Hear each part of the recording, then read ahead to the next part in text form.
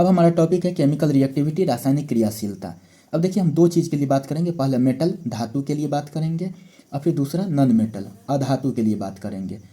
तो देखिए मेटल की रिएक्टिविटी कब बढ़ती है, तो रिएक्टिविटी ऑफ मेटल धातु की क्रियाशीलता इंक्रीजेज बढ़ती है कब, with decrease in ionisation enthalpy electronegativity, electronegativity decrease करे और आयोनाइजेशन इंथैल्पी यानी आयनन इंथैल्पी डिक्रीज करे घटे, तब मेटल की रिएक्टिविटी बढ़ती है। और मेटल की रिएक्टिविटी और कब बढ़ती है, तो increase in atomic size as well as electropositive character, यानी कि एटॉमिक साइज और इलेक्ट्रोपॉजिटिव कैरेक्टर जो है विद्युत धनात्मक गुण जो है इसका बढ़े, यानी एटॉमिक साइज बड़ा हो विद्युत धनात्मक गुण बड़ा हो, ठीक है ना, तब क्या होता है केमिकल रिएक्टिविटी इंक्रीज करती है।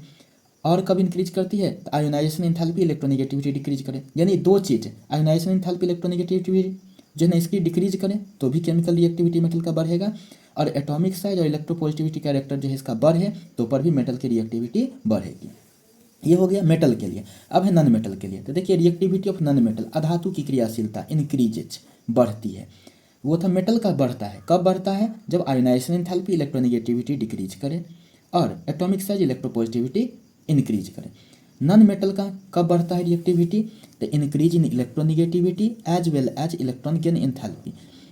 इलेक्ट्रोनेगेटिविटी बढ़े और इलेक्ट्रॉन गेन एंथैल्पी बढ़े तब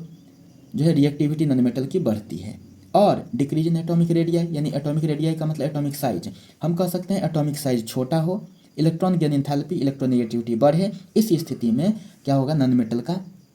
केमिकल रिएक्टिविटी जो है बढ़ता है। तो नॉन मेटल का केमिकल रिएक्टिविटी को बढ़ने के लिए इलेक्ट्रोनेगेटिविटी इलेक्ट्रॉन गेन एंथैल्पी को बढ़ना पड़ेगा, एटॉमिक साइज को घटना पड़ेगा। हो गया।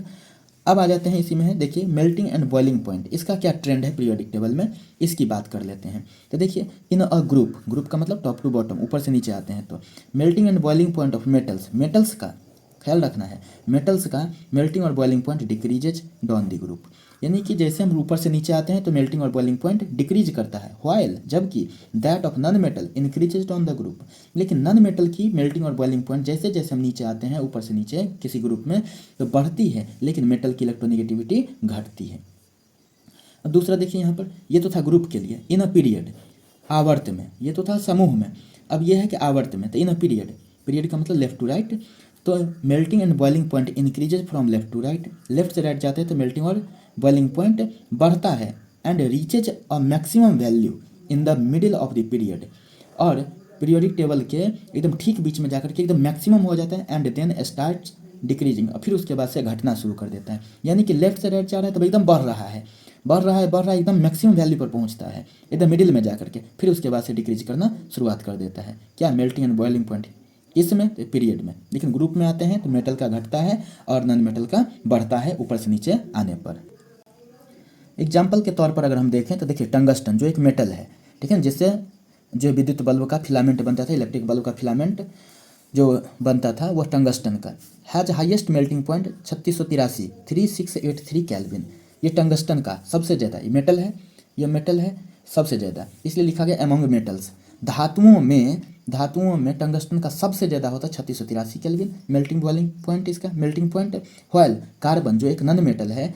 तो कार्बन का कौन सा अपर रूप, इसका कौन सा इलेक्ट्रोप, डायमंड, तो कार्बन का जो डायमंड है उसके पास जो है ना डायमंड फॉर्म, उसका हाईएस्ट मेल्टिंग पॉइंट 4000 केल्विन है अमॉन्ग नॉन मेटल्स, यानी अधातुओं में डायमंड अधातुओं में टंगस्टन, इसका मेल्टिंग पॉइंट सबसे ज़्यादा होता है। अब है lithium metal has minimum density, यानी न्यूनतम घनत्व, मिनिमम डेंसिटी मतलब क्या, न्यूनतम घनत्व होता है किसका, लिथियम का, जबकि iridium metal has maximum density, इसका जो है ना अधिकतम घनत्व होता है। अगर हम घनत्व की बात करते हैं घनत्व, तो देखिए इसमें क्या हो गया, इरिडियम का सबसे ज़्यादा डेंसिटी और लिथियम का सबसे कम डेंसिटी पूरे पीरियोडिक टेबल में।